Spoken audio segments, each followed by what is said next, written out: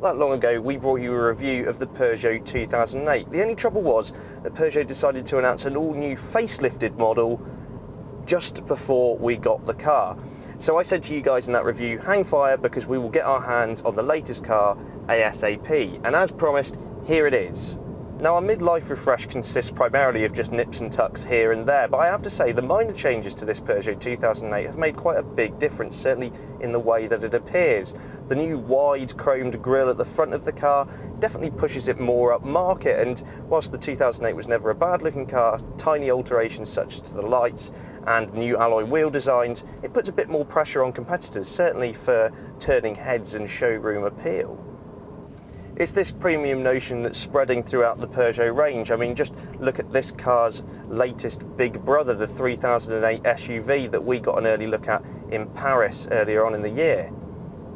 Now inside, not an awful lot has changed, and that's not necessarily a bad thing because the Peugeot 2008 generally has one of the best cabins in its class in terms of quality of materials and generally interesting textures and things to look at. It's a very sculpted, fluid design, it's very French, and it's definitely a bit more exciting than the humdrum of some of its competitors.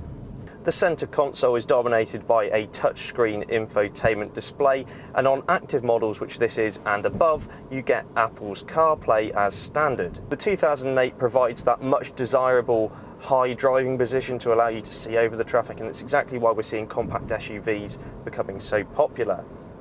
There's actually pretty good visibility all the way around, a relatively large rear windscreen, but of course you can have a reversing camera.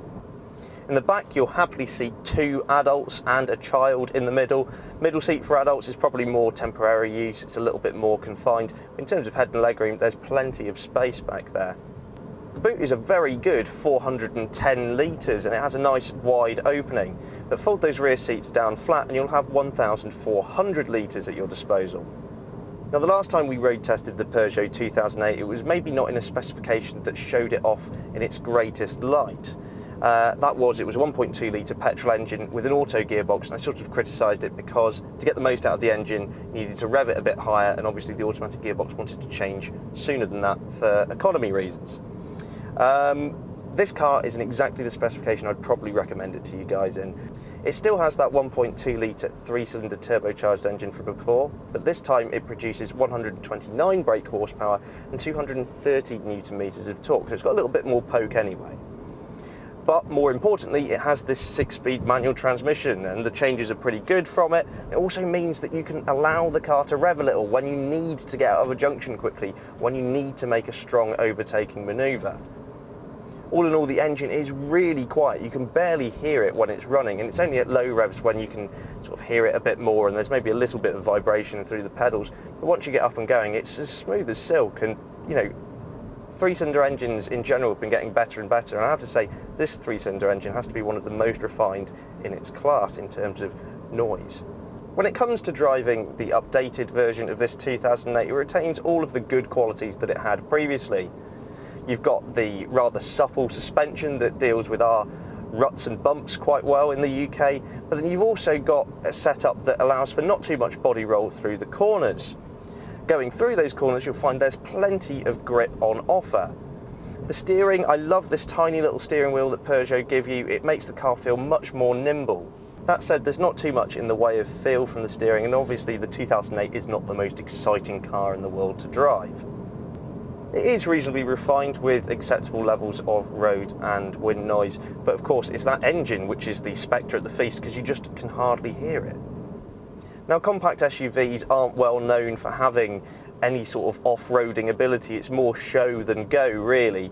But down here you'll find this little dial, and it's called grip control. Now, whilst this car is front-wheel drive, it does have the ability to send power to individual wheels and manage the grip levels as a result. Now, these all-weather tyres that this car is fitted with means that it can take full advantage of that. And before you start criticising it for it being front-wheel drive, don't forget that Peugeot won the Dakar Rally in a Peugeot 2008 with front-wheel drive and a similar system. You're not going to be scaling mountains with it, but it may help when the weather starts to get a bit difficult in the winter. Peugeot say in this specification the 2008 will get 58.9 mpg and emit 110 grams per kilometre of CO2. All in all, the 2016 Peugeot 2008 enhances an already rather competent package. I like the way that this car has its unique French flair. I like the engines on offer. I think it's relatively good value, starting from £13,615. Thanks very much for watching, and let us know what you think in the comments below. Please subscribe for more on the latest and greatest cars to hit the road. For all of the latest automotive news, written reviews and coverage from motor shows, go to www.insidelane.co.uk.